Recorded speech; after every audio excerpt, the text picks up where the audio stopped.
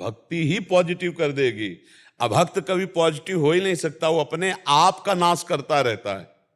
जो अभक्त होता है, भगवान से विमुख होता है, जो नास्तिक होता है, जो नकारात्मक सोच होती है, वो अपना नाश करती है। दूसरे का नाश तो करती है, वो अपना नाश करती है। भक्ति ही सकारात्मक सोच है। ऐसा आप कह सकते हैं कि सकारात्मक सोच को ही भक्ति कहते हैं, या भक्ति का परिणाम ही सकारात्मक सोच है। आप इन दोनों को अलग करके ना देखिए। सकारात्मक सोच ही भक्ति का फल है, या भक्ति ही सकारात्मक सोच है, आप ऐसा समझ लीजिए। तो सकारात्मक सोच अगर लौकिक भोगों की मांग है, लौकिक भोगों की तरफ हम अधर्म पूर्वक बढ़ रहे हैं, तो भक्ति नहीं है।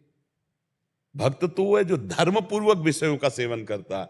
भक्त वो है जो धर्म पूर्वक चिंतन करता है, धर्म पूर्वक आचरण करता है, धर्म पूर्वक बोलता है, धर्म पूर्वक देखता है, उसका हर चेष्टा धर्म पूर्वक होता है, वो भक्त होता है। और वो सकारात्मक होता है, वो पॉजिटिव ही चिंतन होगा, अपना और दूसरों का भी पॉजिटिव चिंतन होगा। और नकारात्मक सोच अभक्त भगवत विमुख के हृदय में आती रहती है, वो दूसरों की भी हानि करेगा और खुद की हानि भी करेगा। वासनात्मक खेल, नाना प्रकार के अधर्माचरण, ये सब नकारात्मक सोच में ही प्रकट होते हैं।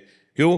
परमात्मा में, आत्मा में सुख का अनुभव नहीं हो रहा, तो इसीलिए तो पापाचरण हो रहे हैं, इसीलिए बाहर भटक रहे हैं। और जब भक्ति का सुख मिलता है तो निज सुख होता है, मन आनंद में डूबा होता है, तो बाहरी पापाचरण फिर नहीं होते। जब हृदय में, घर में खाने को मिल जाए तो बाहर कौन भटके? जब हृदय में आनंद मिल जाए तो बाहर क्यों भटके? तो सकारात्मक सोच और भक्ति, भक्ति और सकारात्मक सोच ये एक ही बात है। हमें तो कभी इसमें अंतर नजर नहीं आ रहा। आपको अंतर नजर आ रहा है क्या?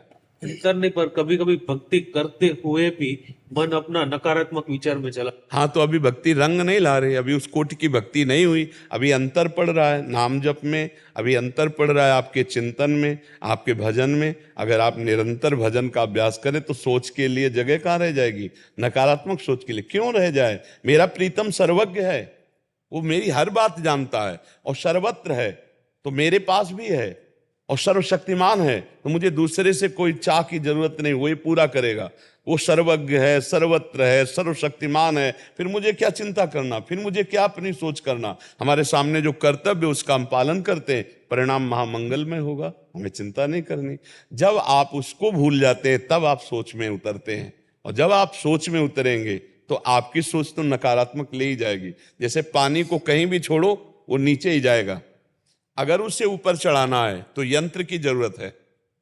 अगर आपकी सोच को ऊपर ऊर्ध्वगामी भगवत भाव में करना है तो मंत्र की जरूरत है। नाम मंत्र भूले तो का हनुमंत विपत्ति प्रभु सोई, जब तो सुमिरन भजन नोई। फंसा देगा मन, नकारात्मक सोच में फंसा देगा। इसलिए हर समय राधा राधा जपो, हर समय कृष्ण कृष्ण जपो, हर समय राम राम जपो। जो भगवान नाम आपको प्रियो, नाम जप करो, खाली मत रहो। इसमें पैसा नहीं लगता, नाम में क्या पैसा लग? अंदर हमारी सोच खाली ना रहे, क्योंकि अगर सोच खाली रहेगी तो संसारिक सोच आ जाएगी। नाम चल रहा है, राधा राधा राधा राधा।